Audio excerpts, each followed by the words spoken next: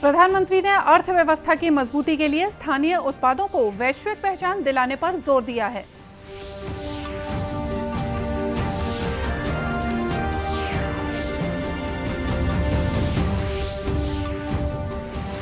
देश में अब तक 183 करोड़ से ज्यादा कोविड रोधी टीके लगाए जा चुके हैं।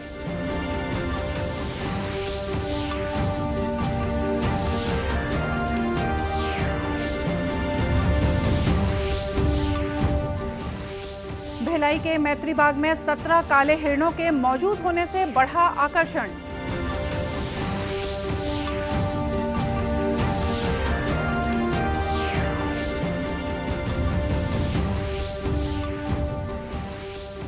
और जांजगीर चांपा जिले के बहेराडीह गांव में बुजुर्ग कृषक चला रहे हैं अनूठा किसान स्कूल।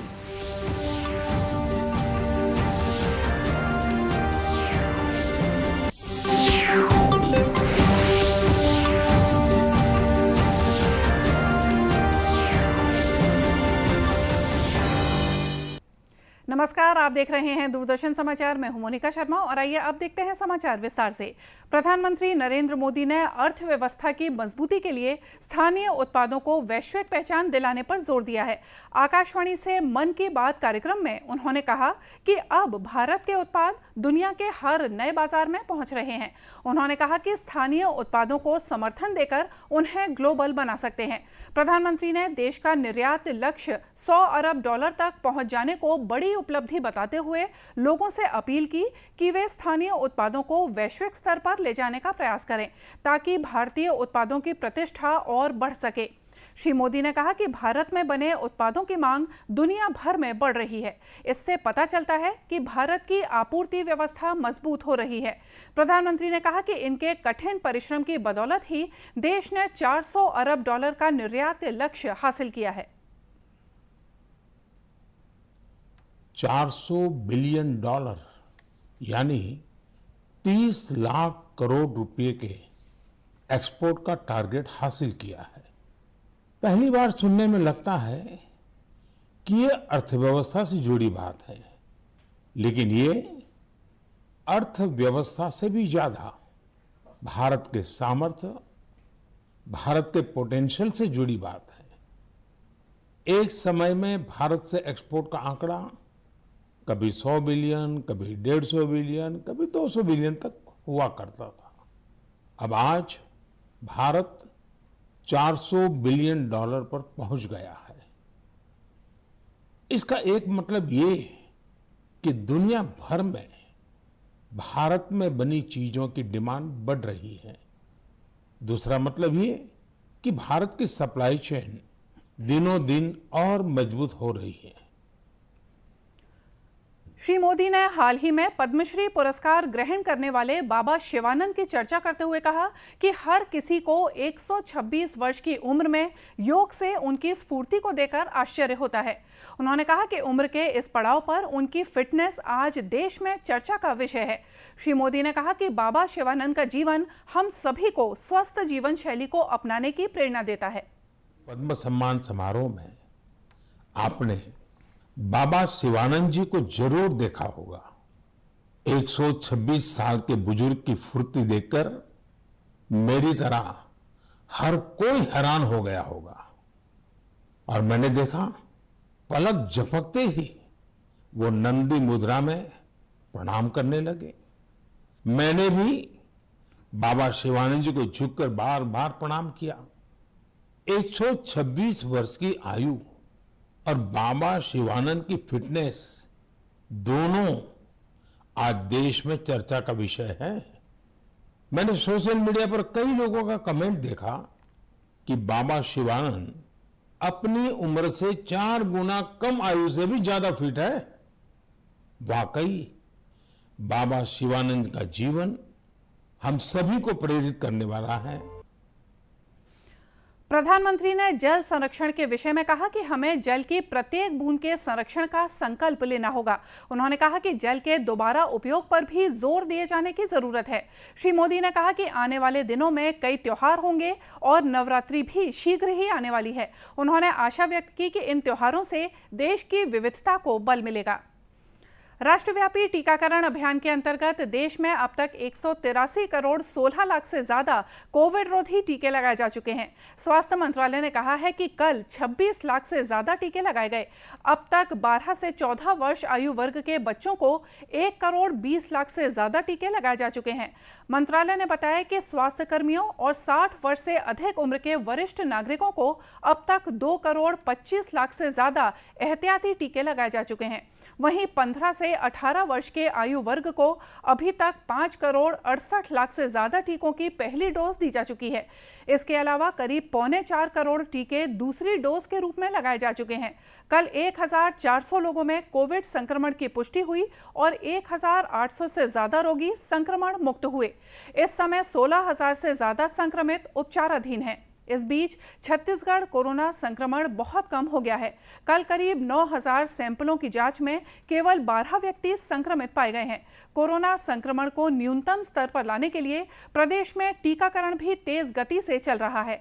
अब तक प्रदेश में 1.25 करोड़ से कुछ ज्यादा लोगों को कोविड टीकों की दोनों खुराकें दी जा चुकी हैं। वहीं 18 वर्ष से अधिक उम्र के लगभग 85% लोगों को टीका लग चुका है, जबकि 15 से 18 वर्ष के करीब 47% किशोरों को दोनों डोज की दवा दी जा चुकी है। भिलाई के मैत्री बाग में 17 काले हिरणों के मौजूद होने से इनका आकर्षण काफी बढ़ गया है। गौरतलब है कि देश के वनों के सिमटने और अवैध शिकार की घटनाओं के कारण संरक्षित प्रजाति के काले हिरणों की संख्या तेजी से कम होती जा रही है।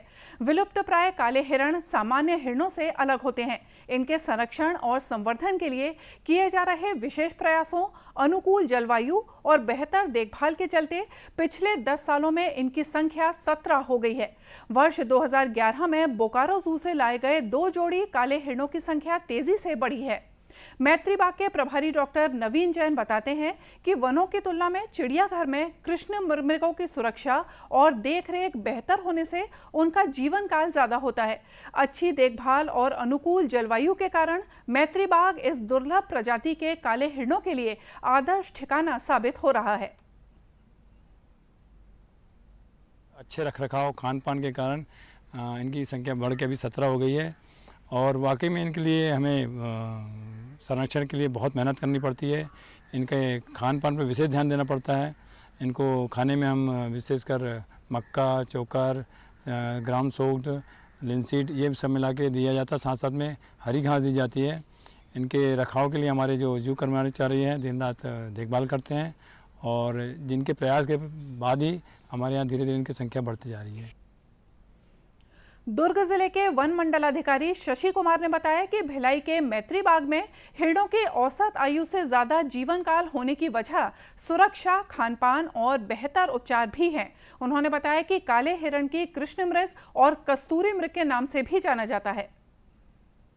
ब्लैक बग पंजाब से लेकर कन्याकुमारी, गुजरात से लेकर असम के प्लेन तक पाए जाते हैं। बेसिकली काला हिरन वहाँ पे पाया जाएगा जहाँ पे बढ़िया बहुत ही अच्छा ग्रासलैंड हो, पानी की अवेलेबिलिटी हो। ये घने जंगल का पशु नहीं है। ये जहाँ पे जंगल और ग्रासलैंड के जो मिड एरियाज हैं वहाँ पे पाए जाते हैं। फुटहिल्स, हिमालयंस के फुटहिल्स में पाए जाते हैं।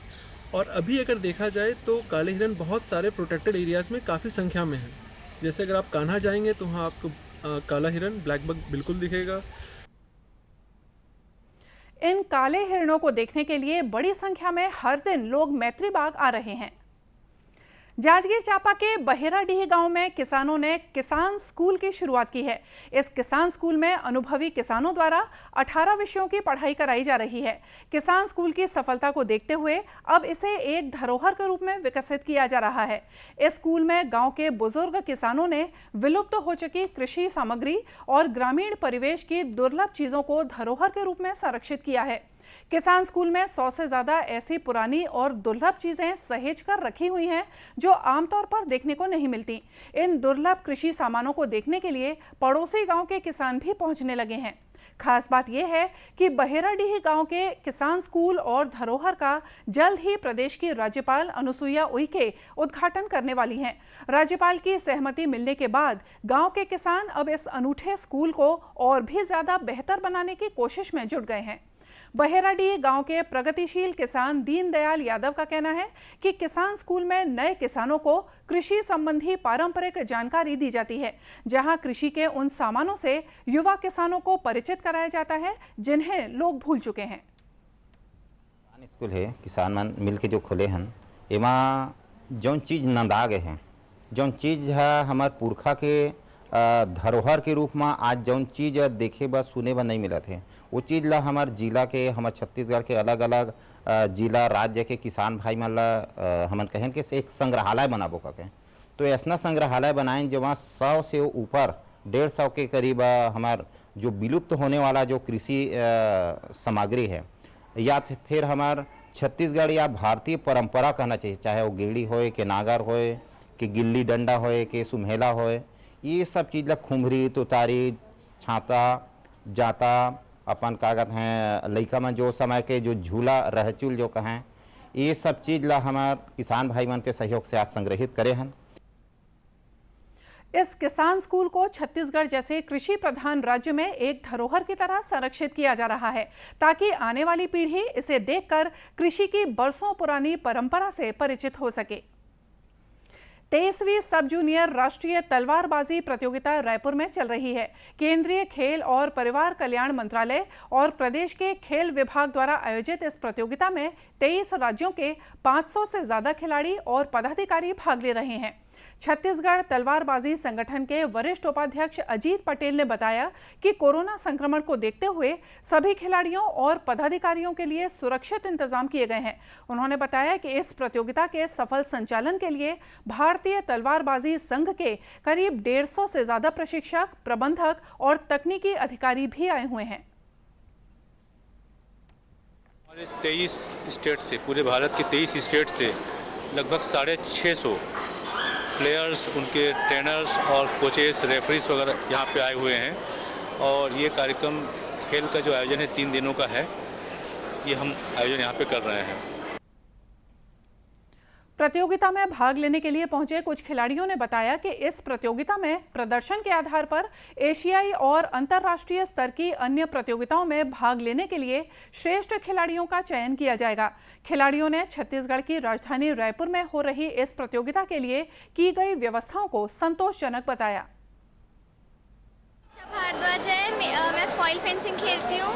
मुझे मेरे पापा ने और मेरे कोच ने तैयार किया, उनका नाम राजीव कुमार है और उन्होंने मुझे सारी कोचिंग दी है एंड उनकी वजह से ही मेरा मेडल आया है। DAV police public school police line में हमारी एकेडमी चलती है।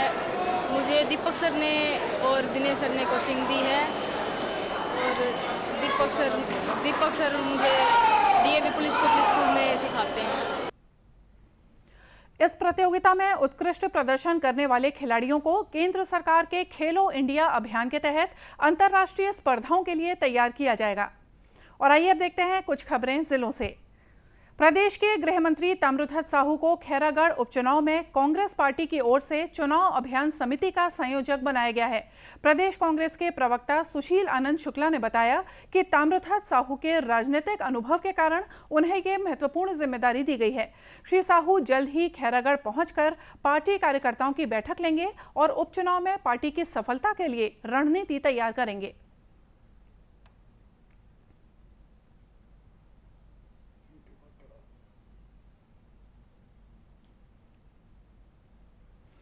शहीदों की चिताओं पर लगेंगे हर बरस मेले, वतन पे मिटने वालों का यही बाकी निशान होगा। कुछ ऐसी ही सोच को लेकर राजनांदगांव शहर के जयस्तंभ चौक पर 5 दिवसीय मेले का आयोजन किया जा रहा है। इस मेले का समापन आज देर शाम किया जाएगा। इस मेले में चित्र प्रदर्शनी के माध्यम से शहीद आजम भगत सिंह, राजगुरु और सुखदेव जैसे वीर सपूतों के इतिहास से लोगों को रूबरू कराया जा रहा है। ये चित्र प्रदर्शनी युवाओं के लिए प्रेरणा स्रोत बनी हुई है। इस चित्र प्रदर्शनी के माध्यम से देश को आजादी दिलाने में इन महान वीरों द्वारा किए गए योगदान को दर्शाया गया है। कोरिया जिला मुख्यालय में बैकुंठपुर स्थित प्रसिद्ध पर्यटक स्थल झुमका बोट क्लब आकर्षण का केंद्र बन चुका है। दूर दूर से सैलानी यहां पहुंचते हैं। खासकर विशाल आकार की मछली पर्यटकों के आकर्षण का केंद्र बनी हुई है। जलाशय में सैलानियों की सुरक्षा के लिए पर्याप्त व्यवस्थाएं की गई हैं। इसके लिए आपदा प्रबंधन की टीम लगातार मॉक ड्रिल के तहत अभ्यास करती रहती है। चूंकि कोरिया जिले के विभिन्न जलाशयों और झरनों के आसपास जल आपदा से जुड़ी घटनाएं घट चुकी हैं, इसलिए यहां सुरक्षा के विशेष इंतजाम किए गए हैं। और इसी के साथ ये समाचार बुलेटिन यहीं समाप्त हुआ। नमस्कार।